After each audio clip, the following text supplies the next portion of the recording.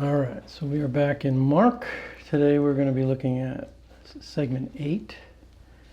So this is going to be Mark 7:1 all the way through 8:10. And if we had to give titles to this segment, we could call it something like The Nature of True Defilement, or Jesus' confrontations with the traditions of the elders, or something like Jesus replicates his ministry amongst the Gentiles, despite the Pharisees, something like that. That's basically what's going to happen here. Jesus is going to have a confrontation with Pharisees. They're going to accuse him of not keeping the traditions of the elders, which we're going to talk about that. It's not what you think. It's not just traditional Jewish things. There's something specific there. And then he is going to pull away, probably during a Passover preparation time. He's going to try to get away from the crowds, right? He just fed the 5,000, and he's been doing a lot of ministry there in Galilee. Now he's going to pull away, probably up into the borders of Israel, in the Syrophoenician area there. He's going to go into a house, but he's not going to be able to get away from everybody. He's going to have a confrontation with a Syrophoenician woman, a Gentile.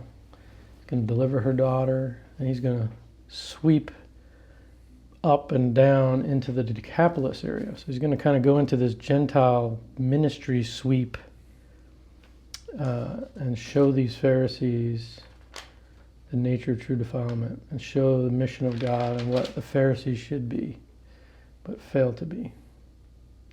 So that's what we're going to get into today. So why don't we just jump in here and start reading here. Let's read that first section, which is going to be all the way, let's go down to 8, 7:1 to 8. All right. Now when the Pharisees gathered to him with some of the scribes who had come from Jerusalem, they saw that some of his disciples ate with hands that were defiled, that is, unwashed. For the Pharisees and all the Jews do not eat unless they wash their hands properly, holding to the tradition of the elders. And when they come from the marketplace, they do not eat unless they wash. And there are many other traditions that they observe, such as the washing of cups and pots and copper vessels and dining couches. And the Pharisees and the scribes asked him, "Why do your disciples not walk according to the tradition of the elders, but eat with defiled hands?" And he said to them, "Well did Isaiah prophesy of you, hypocrites, as it is written, 'This people honors me with their lips, but their heart is far from me. In vain do they worship me, teaching as doctrines the commandments of men. You leave the commandment of God and hold to the tradition of men.'" Okay. So it says that the Pharisees and some of the scribes gather around him when they had come from Jerusalem. So, some critical scholars will say, Pharisees don't leave Jerusalem. They're only in Jerusalem. But it's true. The Pharisees are typically going to be Judeans in the Judean area in Jerusalem. But we're going to find out that these Pharisees are on a mission, and that's why they're up here. There's something going on that's lying beneath this that Mark is going to document here, but we're going to miss it because we don't understand exactly what he's talking about here. So Jesus has just fed the 5,000. When you fed the 5,000, they're probably not observing all the hand washing laws and all that. And then probably word has gotten around that Jesus is not following these laws. So what are these laws? What's going on here? The traditions of the elders.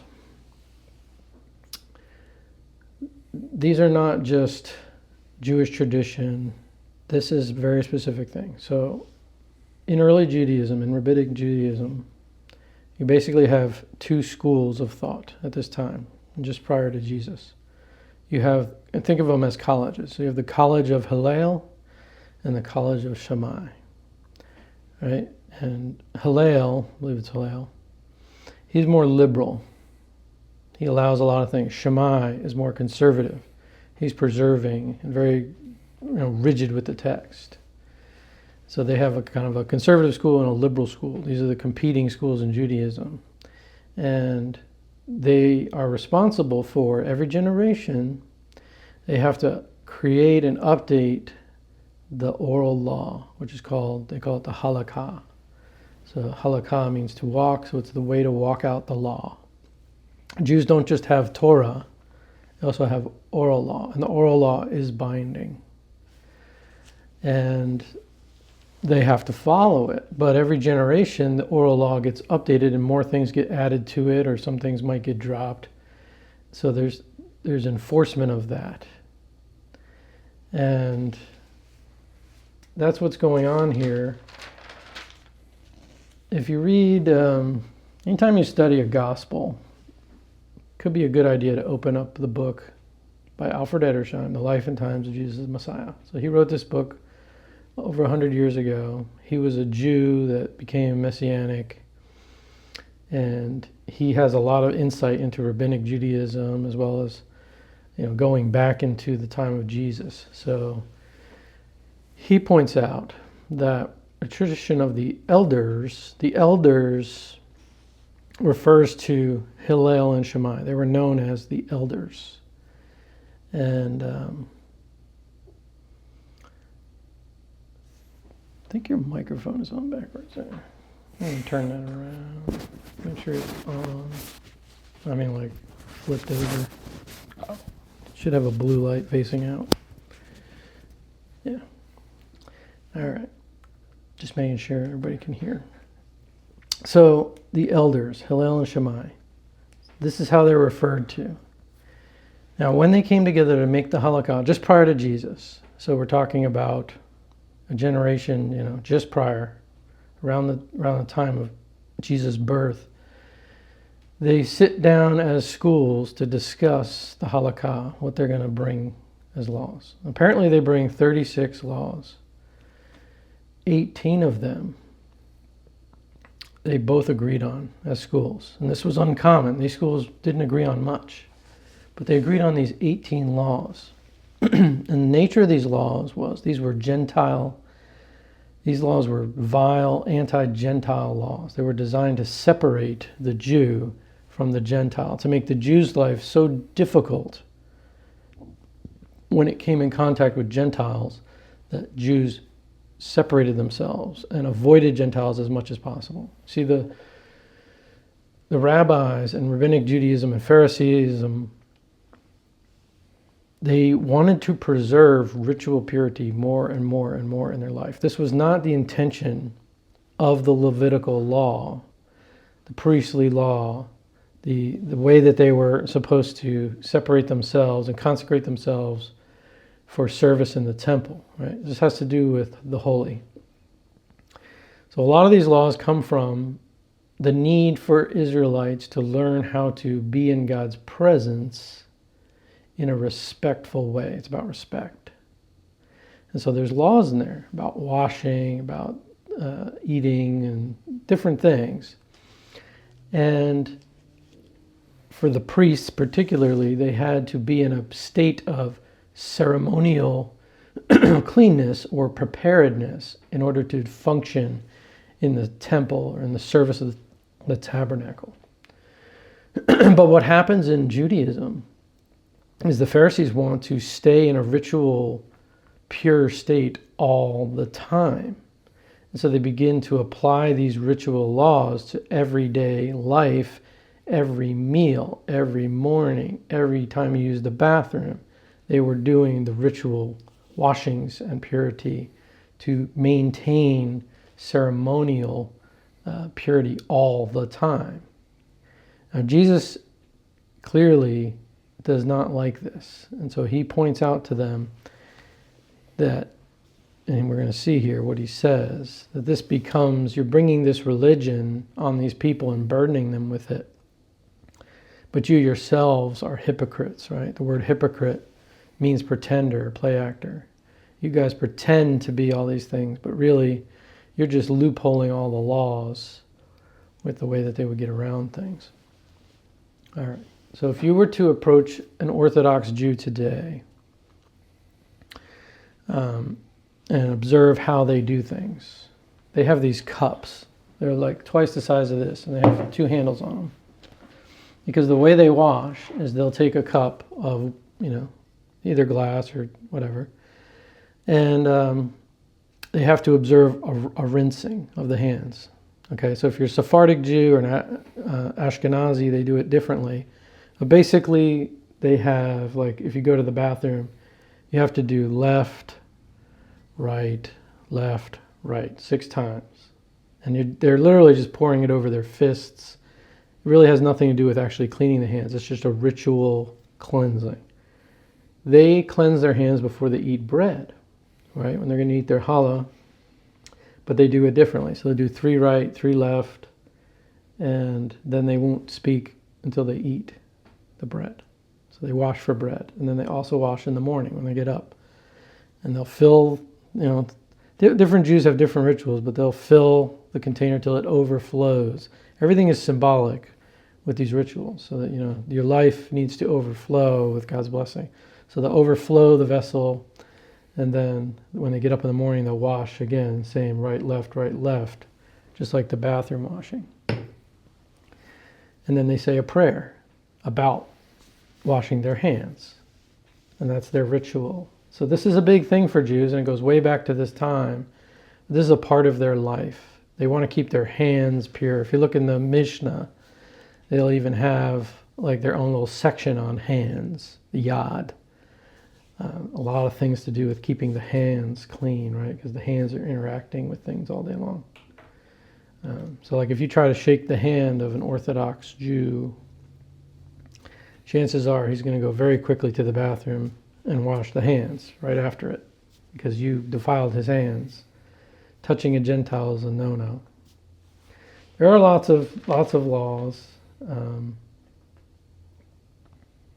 We're going to see in the text here, when it does talk about the washing of the hands, one thing that doesn't get in there is it actually says that they pour water over a fist. In here, it's part of it. It gets lost in translation here, but that's essentially what it's saying.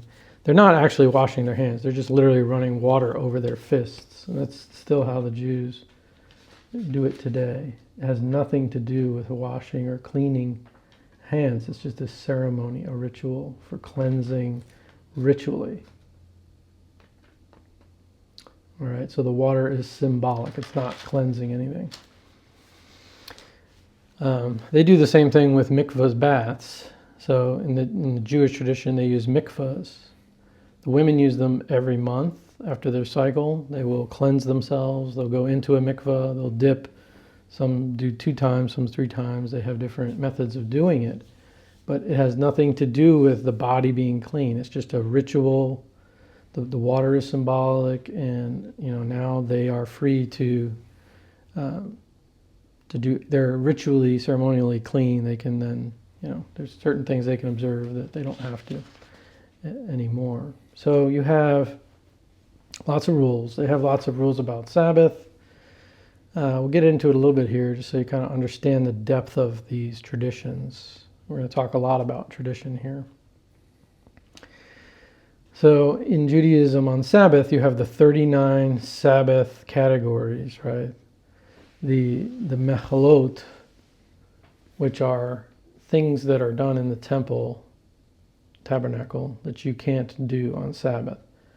So they have these categories like no shearing, no building, no writing, no reaping, no lighting fires. So because there's no lighting fires, the Jews have invented special appliances that you can put in Sabbath mode because you can't turn on electricity.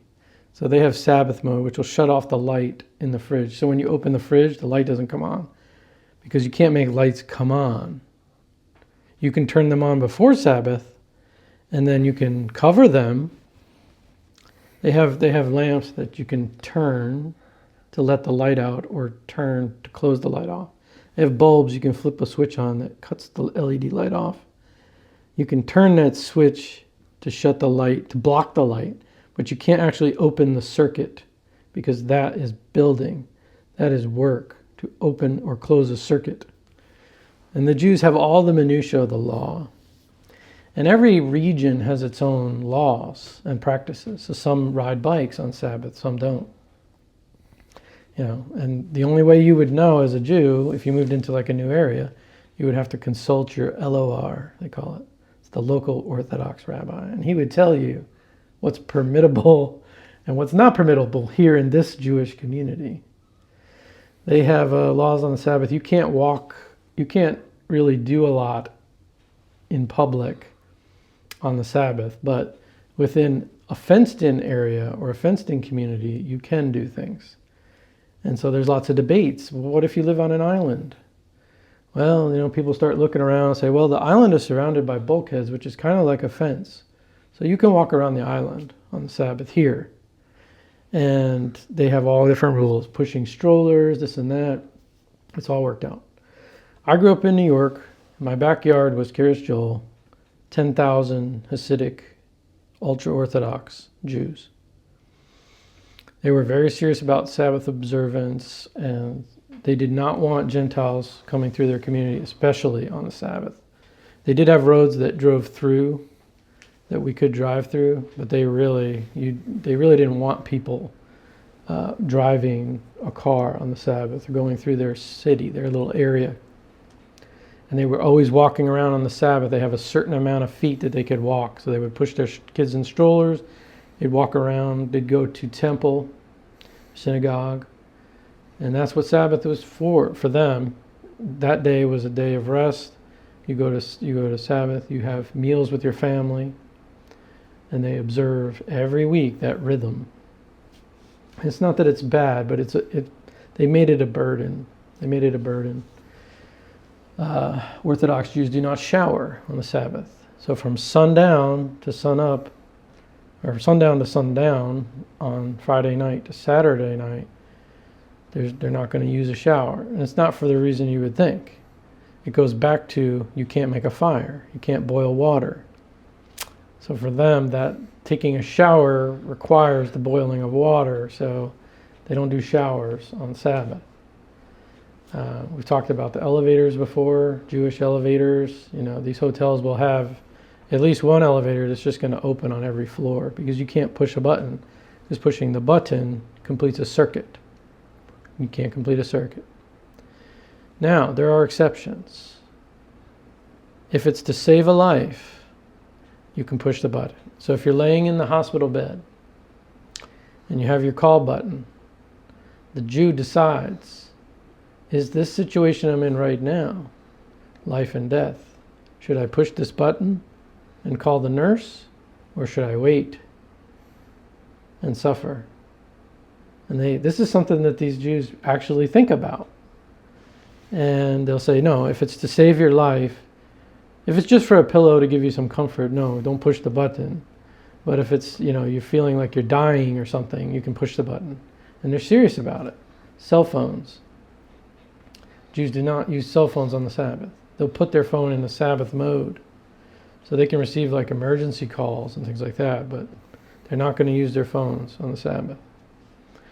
Which is one of the reasons why there was, on the attack in October a couple of years ago in Israel, that the attack happened on a Sabbath. So the phones weren't in use by a lot of those communities, so they weren't able to communicate properly. And so all these things. So emergency is okay. To preserve life, they can do these things. So rabbinic Judaism has the Talmud, okay? In the Talmud, you have the Mishnah and the Gemara. So basically, they have different terms. And like in the Mishnah, you have the halakha, which is like legal material. Then you have Haggadah, which is non-legal material. It's more sermonizing kind of material, stories. The halakha is the law, the oral law. During the time of Jesus, they have oral law, but it's not all compiled yet and written down in the form that we have in the Mishnah today, which was completed around 200 AD. But they still have it. It goes back further, even before Christ, Rabbinic Judaism started to create this and compile it and then push it on the people and enforce it. And rules are not bad. Churches have laws and rules. Christians have rules and things that guide us, right? Some churches feel that alcohol is something that shouldn't be used by Christians at all. They abstain 100% because they feel like it's going to hinder the mind. There's no reason to use it. Some churches say, no, just don't get drunk. You can drink alcohol. Jesus turned water into wine.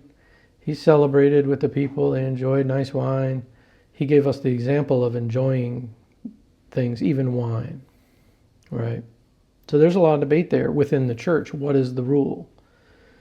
Some churches will say, well, leaders in the church should abstain 100% from wine, from alcohol, because they need to be an example. And drunkenness should never be found. And what the leaders do in moderation, congregation will do in excess. So they set the example of saying, no, I'm going to abstain as your leader, as your pastor, because I'm setting the example for you. I don't want you to think that just because I can drink beer, it's okay for you, especially if you're an alcoholic. That's a problem. So if we go to a party and there's an alcoholic there that's trying to abstain, and he sees his pastor drinking beer, he might think, well, if my pastor can drink beer, I should be able to drink beer. Even though I struggle with it, I'll try. But really, because of the addiction, they shouldn't try. They should leave it. It's not for them because they can't control themselves. But if you go to Europe, Assemblies of God is one of those organizations that's pretty strict about alcohol. Pentecostals and the holiness churches in general, the CMA, any of those churches that came out of the holiness movement, they tend to abstain from alcohol. But if you go with the Assemblies of God in, let's say, Italy, wine is cultural. Children drink wine. It's watered down, but they drink wine. They have different rules.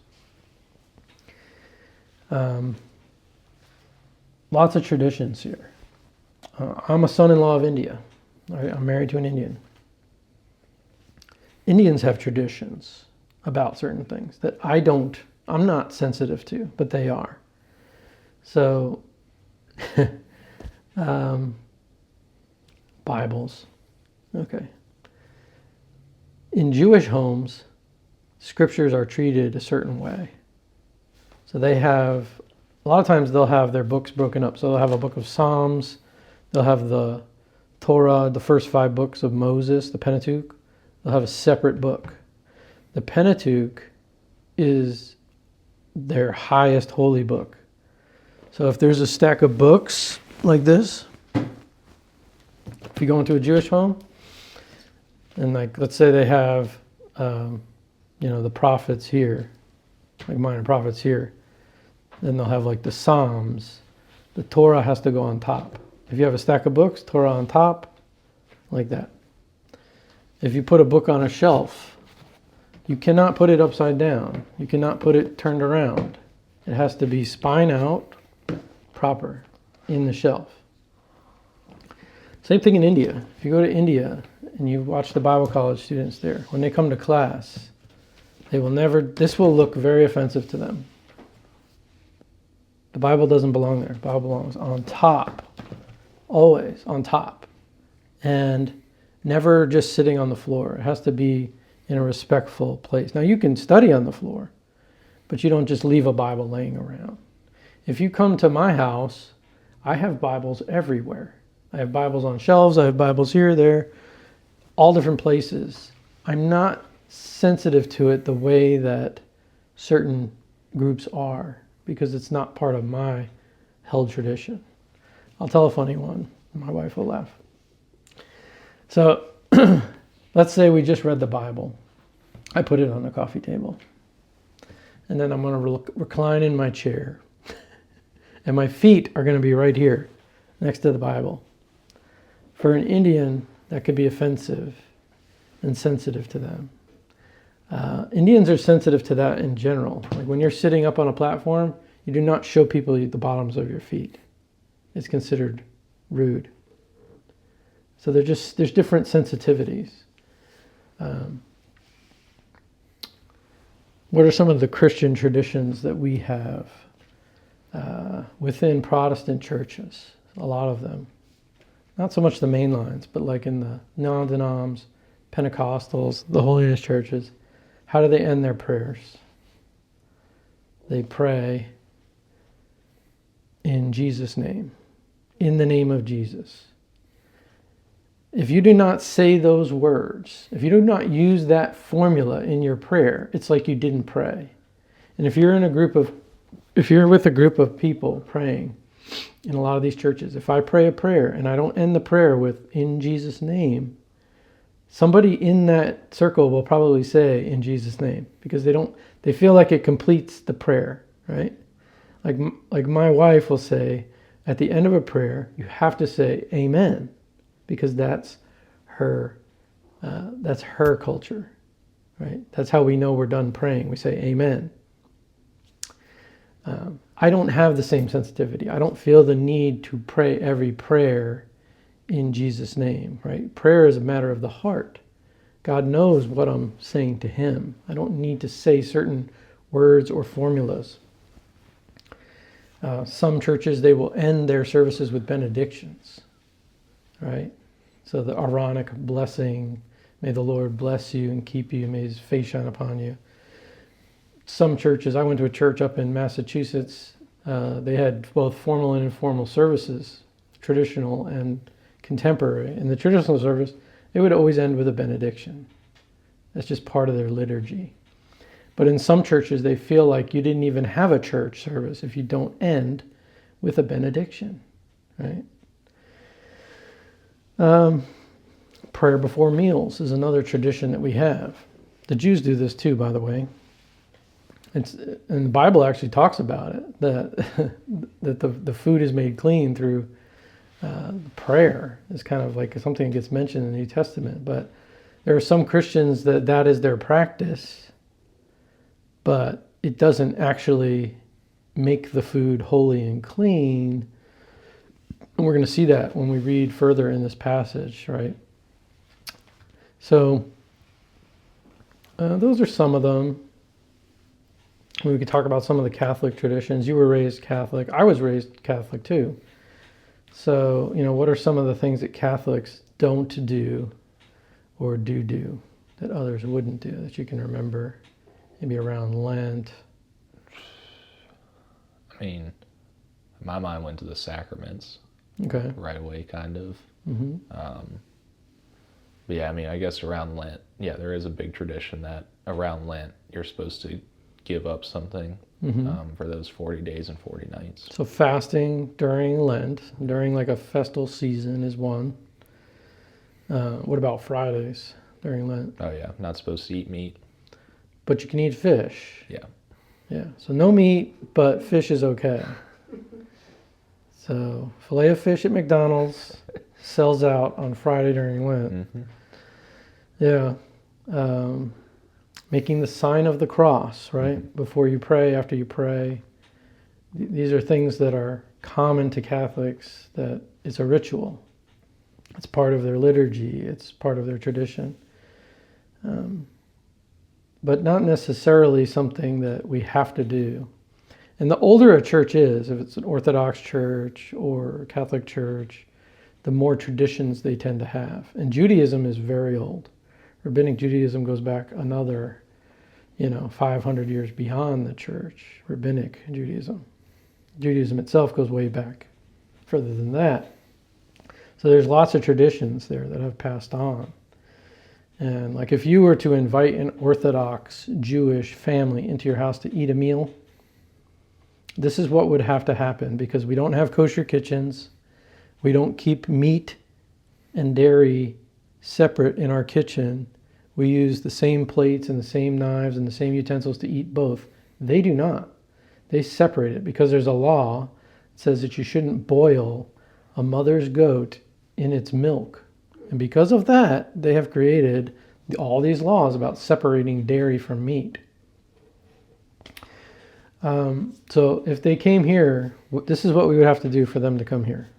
We'd have to take a new plastic tablecloth, put it on this table, because this table is not a kosher table. It hasn't been purified properly. So we could put a plastic covering on this table.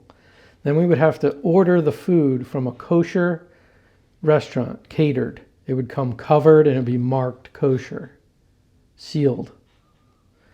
Or we would have to have pre-packaged food that has the kosher seal on it. And if you look at most foods, they will have a little marking on it, like a K or a little, there's different marks that you will find on it that will tell the kosher observant Jew this is okay. And basically kosher means either okayed by a rabbi at that plant or whatever. The process was in keeping with kosher. A lot of it has to do with that separation of meat and dairy and keeping the utensils separate and things like that. The other thing is they couldn't use our cups or glasses because there could have been anything in here. Could have had milk, could have had whatever. So we would have to use paper cups, paper plates, plastic utensils. All of it would have to be new, sealed from the store. That's the only way that they could eat with us and keep kosher. So, that's some of the stuff. I think it was worth looking into it a little bit. Another thing that we're going to talk about here is the cleansing of pots. He's going to mention it. I don't think we've read that, have we? Let's see. Yeah, we did. So the washing of cups, pitchers, and copper pots. Again, when they buy a pot at the store, like glass or metal, they will take that to a mikvah that's designed for purifying pots. And they will put it in a basket and they will dip it in the water a certain amount of times. And now it becomes ritually clean and they can use it. The mikvah water could be dirty and green and disgusting, but it's a ceremonial thing. So that's how they purify it. Then they can bring it home and clean it all they want, keep it in their kitchen separate. They can dedicate it for dairy or they can dedicate it for meat, but they can't use it for both. So, that's what they're talking about here. They have all these laws about this stuff. All these laws these 18 traditions of the elders are designed to separate the Jew from the Gentile, make the experience of interacting with Gentiles so burdensome for the Jewish person that they just, after a while, they just avoid Gentiles altogether. Because bumping into one, rubbing up against one means I have to, before I can eat anything, I have to be ritually pure. So if I bumped into a Gentile, I would have to go home, take a shower, clean my clothes before I could let any food in my mouth. That is too much of a burden to put on me. So I'm just going to avoid you. I'm going to actually say, get away from me, get away from me. It's going to create an animosity about being around Gentiles. That's what's happening here. And, the mission of Israel is to be a light to the Gentiles. They have tassels because they're a nation of priests. They're supposed to be priests to the nations, to the world, a light. They're not supposed to be building walls and creating a fort around their community that keeps people away. But Judaism today, rabbinic Judaism today, keeps the goyim, the peoples, away from them. They stay in their community. They keep everybody outside. And if you're not from their community, you're defiling to them. And they can't have that because they have to maintain that ritual purity all the time. The life of a Jew is constantly being reminded through their rituals. Everything is a ritual. Constantly being reminded of God, of His law, of their responsibility. And that's not a bad thing.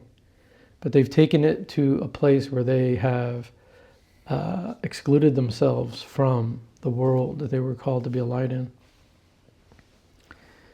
There's so many more things we could talk about the Jews, the traditions today. If you go into a Jewish house, there's a lot of things you will see that remind them constantly about God. The mezuzahs in the door frames, every time they go through a door, they'll touch it and kiss it, constantly being reminded about God's blessing. Everything they do, they're thinking about Torah, they're thinking about God, even down to tying their shoes. It's an interesting lifestyle for sure. And it's very challenging for somebody to convert to Judaism, Orthodox Judaism, because there's so many laws and rules, things they can and cannot do. And they have to learn it from a rabbi. And there's a million questions you could have. And those rabbis, they talk about it. They don't always agree, but that's how it goes. So it's really a religion of laws and rules And Jesus, I think, makes clear that that's not what life is like. That's not, he says, Isaiah prophesied of you rightly when he said, this people honors me with their lips, but their heart is far away from me. That's what this is really about. It's about the heart of man. God says true religion is of the heart. Jesus is saying God is looking at the heart. It's not what you eat. It's not what you do with your hands. It's what comes out of your heart. And he's going to read this vice list coming up. So let's keep reading here. Let's go 9 to 13 through 13. And he said to them, you have a fine way of rejecting the commandment of God in order to establish your tradition. For Moses said, honor your father and your mother, and whoever reviles father or mother must surely die. But you say, if a man tells his father or his mother, whatever you would have gained from me is Corban, that is, given to God, then you no longer permit him to do anything for his father or mother, thus making void the word of God by your tradition that you have handed down, and many such things you do. Right. So he says you are experts at setting aside the commandment of God in order to keep your tradition. They're loopholing the law. Like I said, the Jews have loopholes for all kinds of things. So a woman in this time, you can't tie a knot on the Sabbath, particularly a long-lasting knot. But a woman had to tie her brassiere on her chest, right?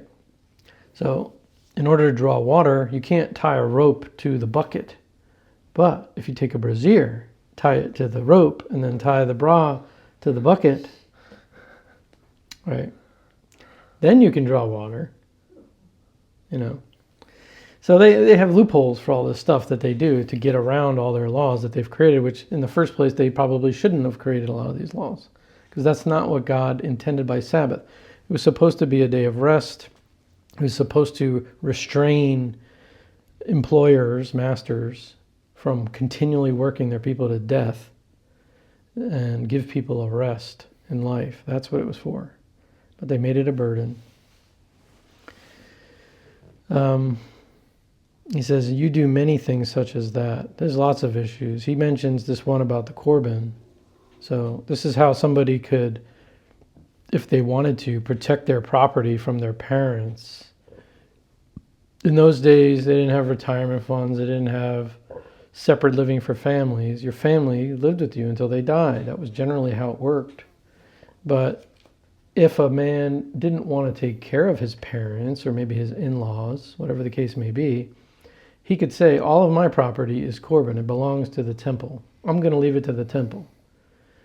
And therefore, because of the way the laws were, he really couldn't use that money. Or he could say to his in-laws or his parents, I can't take care of you because this is set aside to the temple. It's been dedicated to them. I can't give it to you.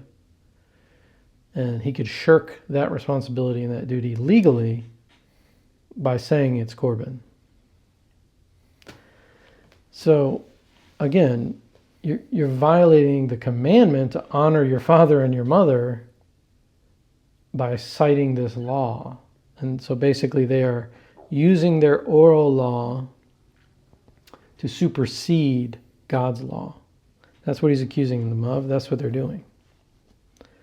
So not a good situation here is what Jesus is confronting them with. And, Jesus is going to call these Pharisees. He's going to say, you guys are like whitewashed tombs, right? He's going to call them sepulchers. You guys are full of, you look great on the outside, right? In India, they have a tomb, very famous tomb called the Taj Mahal. All right, this is from Agra, where the Taj Mahal is. If you look around the Taj Mahal, it's made out of white marble, and it's inlaid with all these precious stones. And the families that made the Taj Mahal are still there making this kind of thing. This is a very small example, but they make tables and everything. But if you look at the Taj Mahal, this is what you'll see in the marble, is this inlaid stone. And the tomb is beautiful. It's wonderful, but it's a tomb.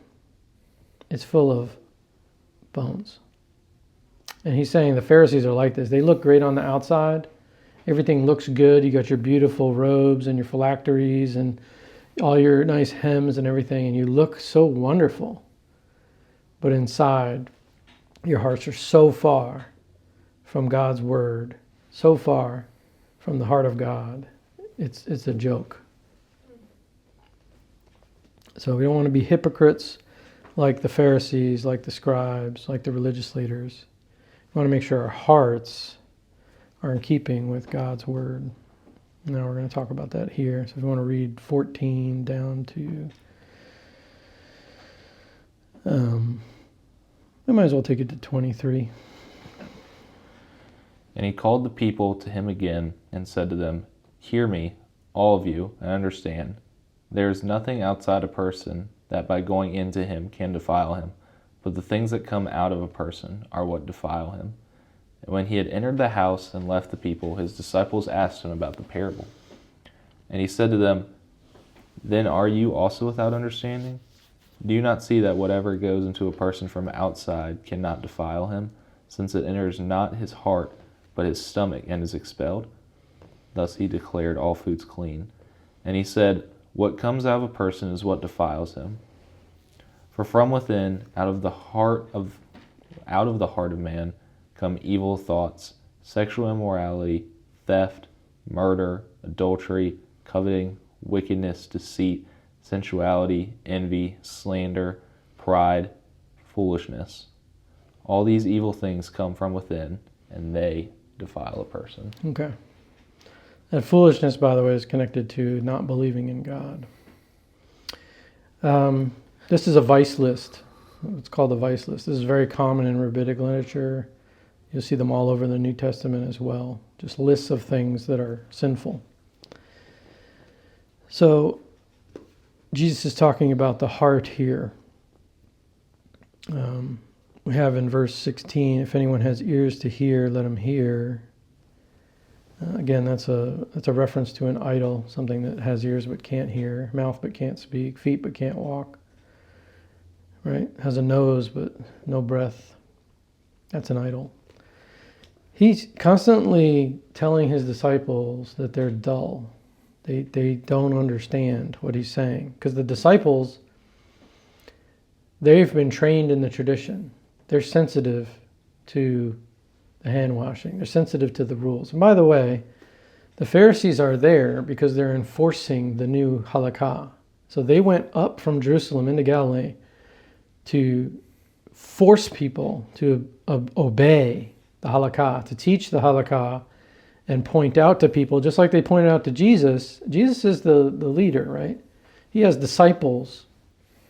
He's responsible as the leader for their actions. So they're coming to him saying, "Your disciples are doing this. Why? Why aren't you telling them how to observe the law properly?" And that's why they're there. So they're on a mission. They're bringing in the new generation. And they wouldn't normally hang out in Galilee, that's true. They're there for a particular reason. So we have an interesting verse here. It says in 19, "Thus he declared all foods clean." So in verse 19, he's talking about how when you eat food, it doesn't go into your heart. It goes into your stomach and is eliminated. And then it says, "Thus he declared all foods clean." So is this Jesus, through Mark, declaring to us that there's no need for food laws? Is that what that's saying here? Or is something else going on? If you were to ask a Jew what this means, they will tell you it's talking about ritual purity. It's talking about, because they believe that if you ate food with unwashed hands, it was the equivalent of eating filth. The food was unclean because you ate it with unclean hands. Even though it was quote unquote kosher food, because you didn't wash your hands, the food you ate was unclean. That's what it's about. It's not saying don't eat shrimp and lobster or catfish. It's not talking about that at all. Because shrimp, lobster, catfish, and pigs, for a Jew, they are not food. You know, if I said, "Would you like some monkey brains?" You'd say, well, no, monkey brains are not food. But in another culture, monkey brains might be a delicacy. The sensitivity is there. So this is not Jesus undoing the food laws. Not that we need to keep food laws as Gentiles, but that's not what he's saying here. He's not saying Jews don't need to keep food laws. That's not what he's saying here. It's about the ritual purity. And Jesus is attacking their traditions that are leading to the burden they're putting on people. All right. So why don't we push on here into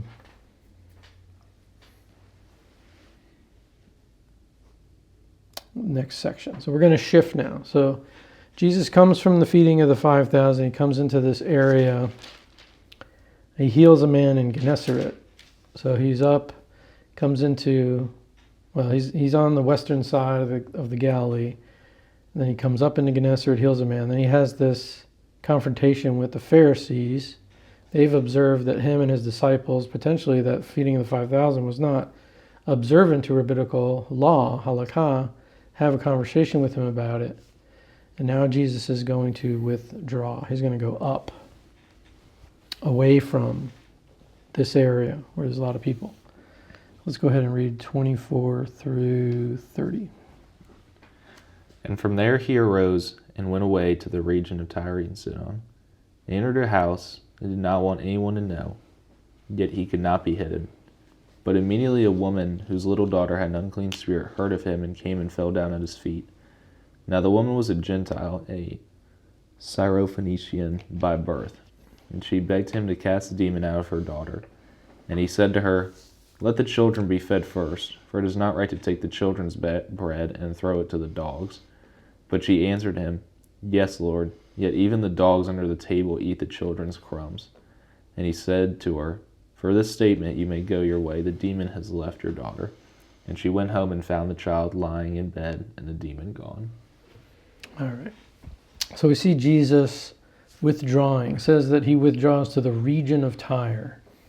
All right. So the Galilee is kind of I got a little bit of a map here I can show you.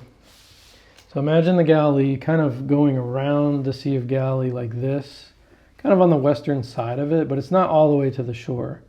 So this is Phoenicia over here, and kind of comes up into this area. Syria, Syrophoenician. This is Syria, Phoenicia, Syrophoenicia. So the woman is somewhere from outside the Galilee. Jesus is in a house. He withdraws to a house, it says. He entered a house in verse 24. In the region of Tyre. So he could have been out of the Galilee, but he could also be like up on the border somewhere up there in a Jewish home. He's going to a place where he can get some peace and quiet. They're probably observing the Passover. Okay, this is what's happening. We kind of know that there was a Passover happening because of the feeding of the 5,000 and time of year, the green grass, and all that was going on from other Gospels. That's what's happening. So he withdraws for the Passover. It's going to take a few days there. They're going to have that.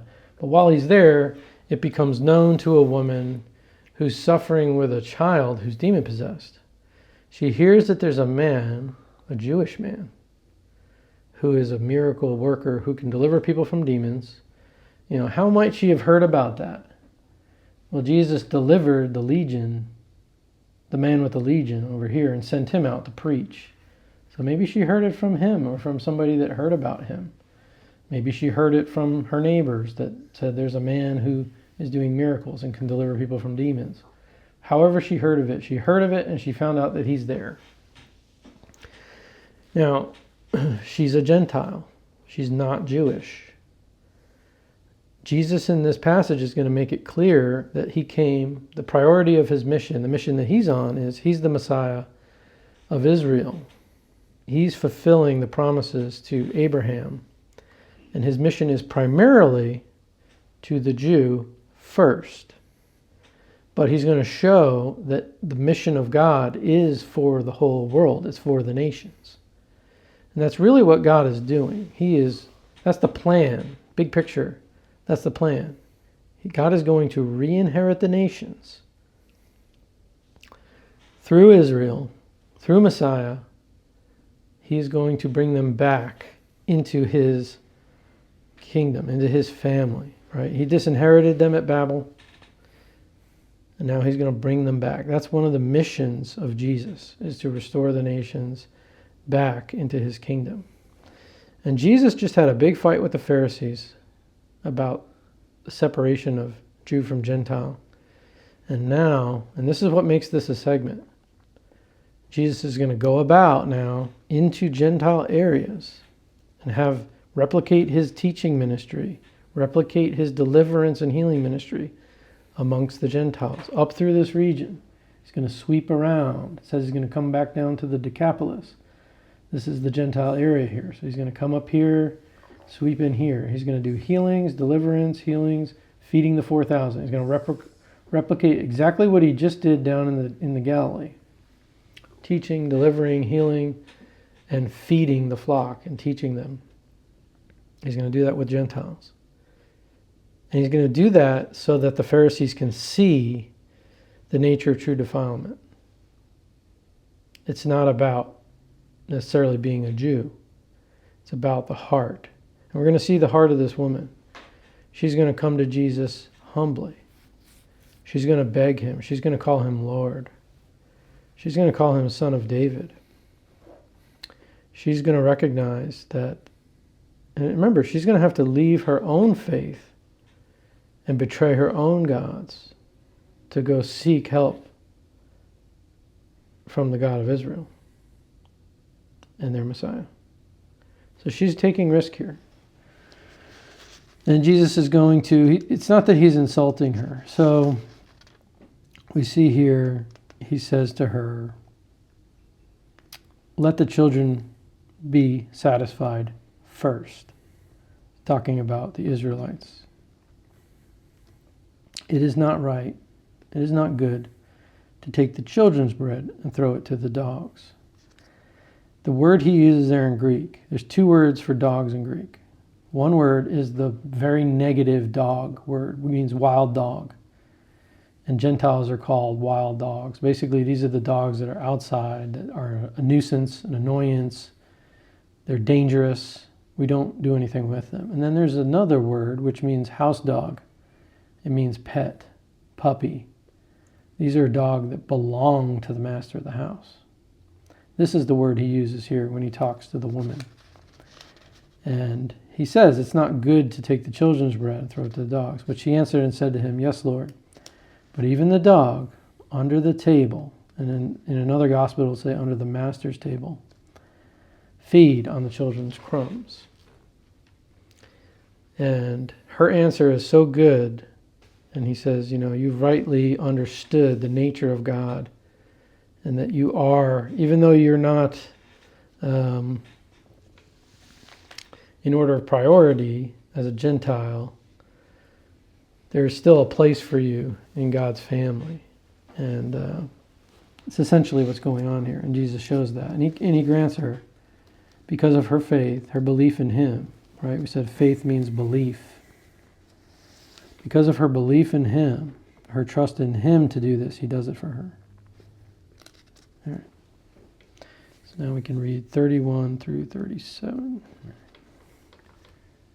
Then he returned from the region of Tyre and went through Sidon to the Sea of Galilee, in the region of the Decapolis. And they brought to him a man who was deaf and had a speech impediment, and they begged him to lay his hand on him. And taking him aside from the crowd privately, he put his fingers into his ears, and after spitting touched his tongue. And looking up to heaven, he sighed and said to him, Ephphatha, that is, be opened. And his ears were opened, his tongue was released, and he spoke plainly. And Jesus charged them to tell no one. But the more he charged them, the more zealously they proclaimed it. And they were astonished beyond measure, saying, He has done all things well. He even makes the deaf hear and the mute speak. All right. One thing to remember is when Jesus, and this has to do with going first to the Jews. Remember, when Jesus sends out his disciples, he tells them, go amongst the Jewish cities, right? He sends them out to the Jewish cities. Stay within the regions of Israel and preach to them. And if they deny you, treat them like Gentiles. And, shake off the dust of your feet like the Jews did for Gentile cities. And, eventually, after Jesus rises from the dead, he's going to give them a great commission. And even during Jesus' ministry, he's ministering primarily to the Jews. But then, after the resurrection, after the work of salvation is done, and, everything's been fulfilled for Israel, he's going to give them a great commission to go and make disciples of all the nations. And so we're kind of getting a peek here.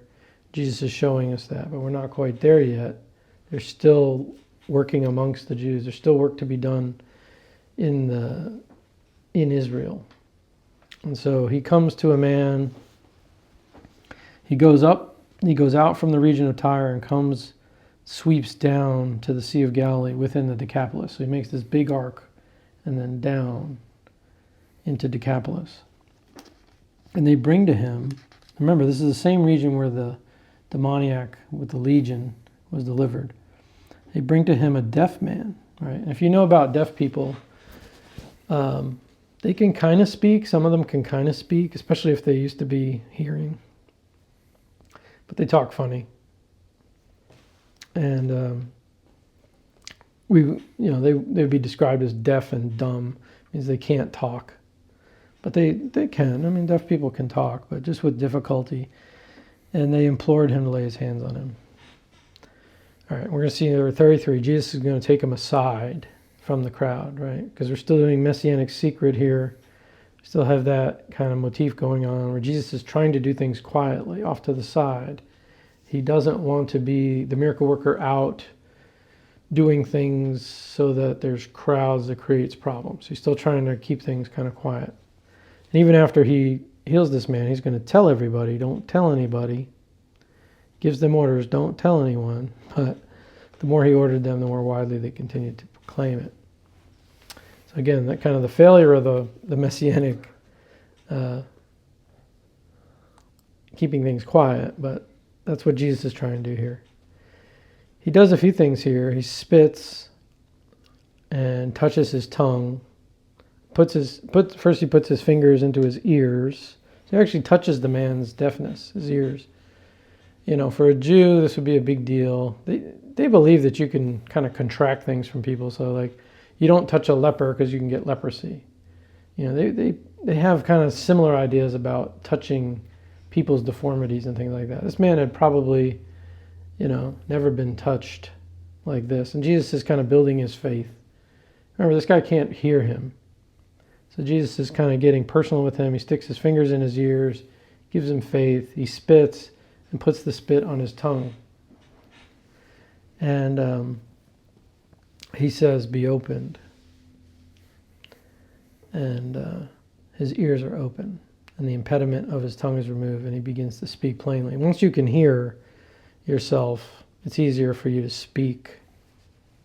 And because you can hear yourself, you can speak properly. Hearing is connected to speech.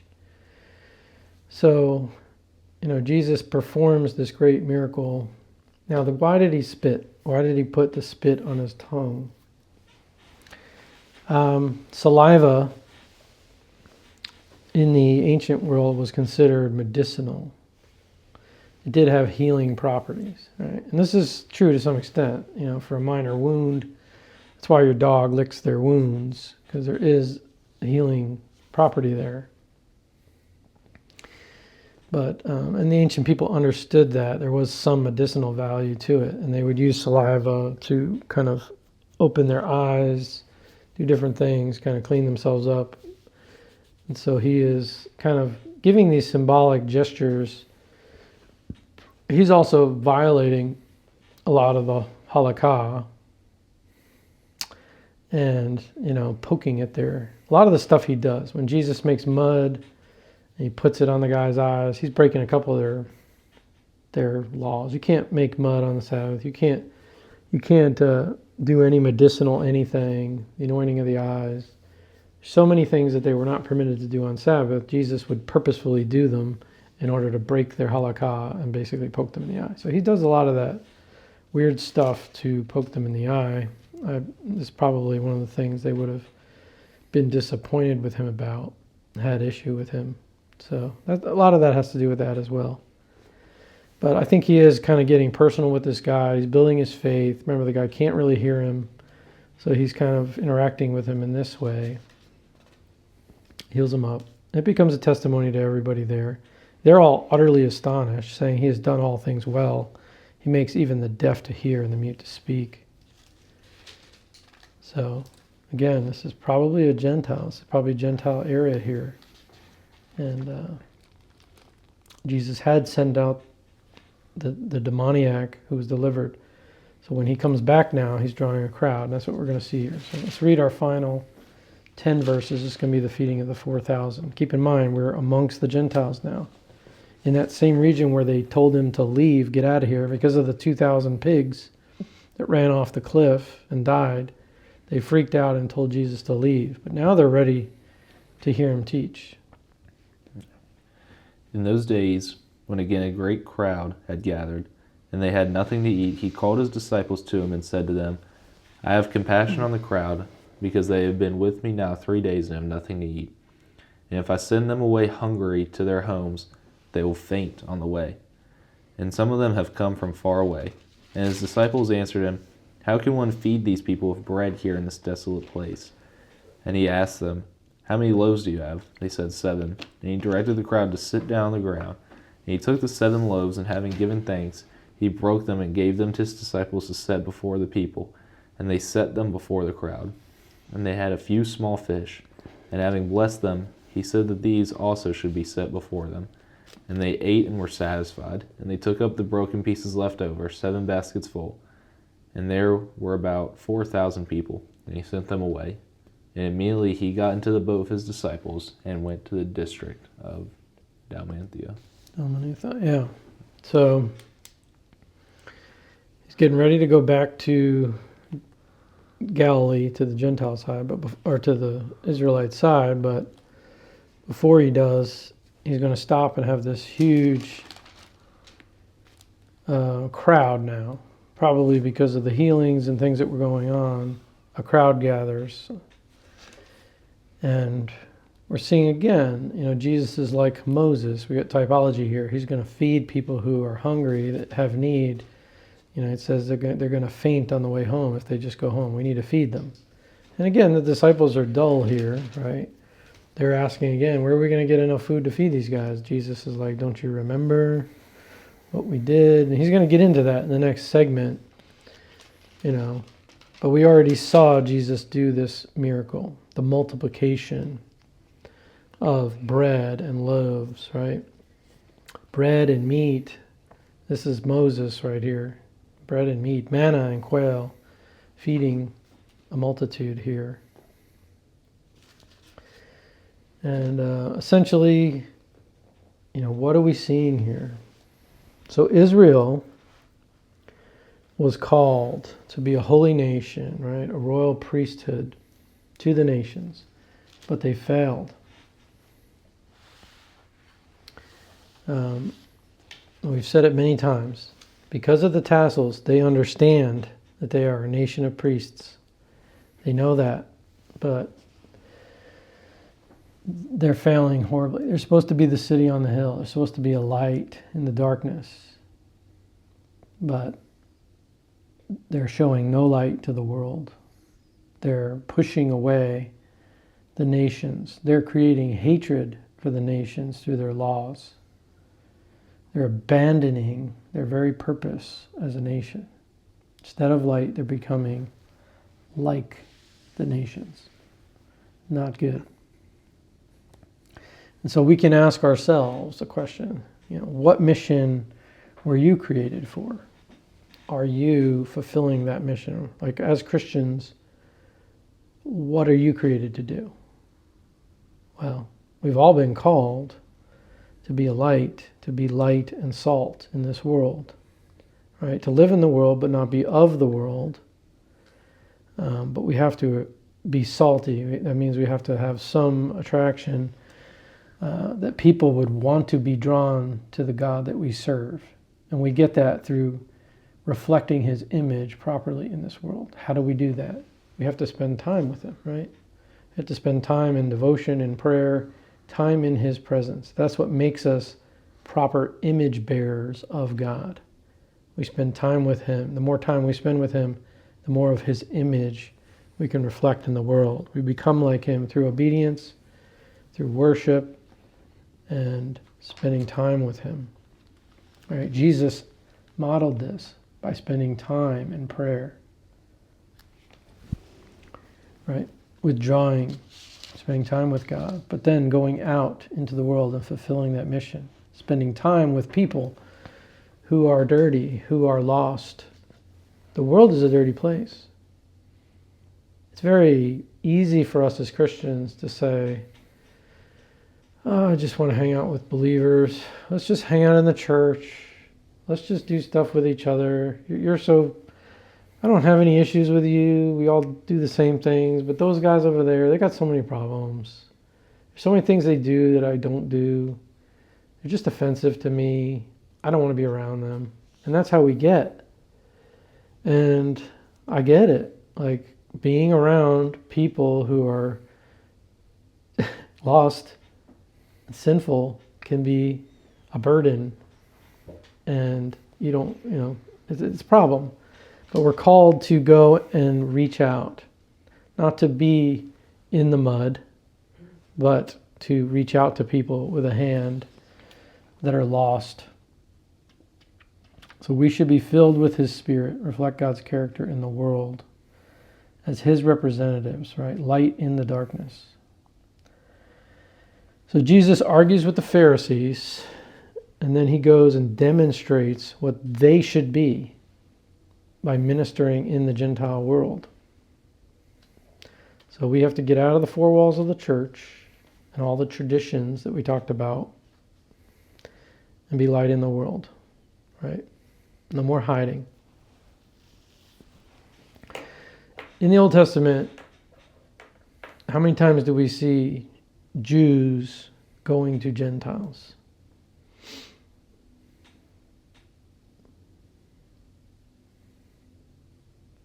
One time. There's only one prophet that's ever sent out to the Gentiles, right?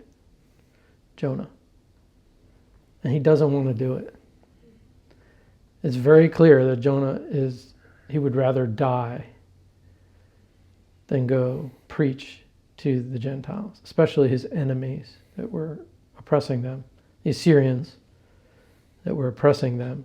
He did not want to do it. But Jonah learns. As we read the book of Jonah, we see that God is teaching Jonah that he cares for the lost. He cares for the nations. He doesn't want to just destroy them all. If God wanted to destroy everybody, he could. He doesn't want to destroy everyone.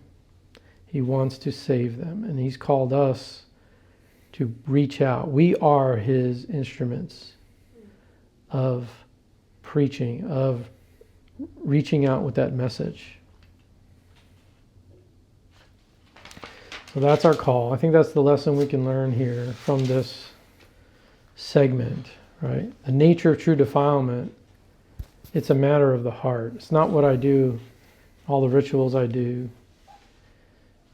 We can get caught up in that as Christians. We can get to the point where we don't even want to be around non-believers.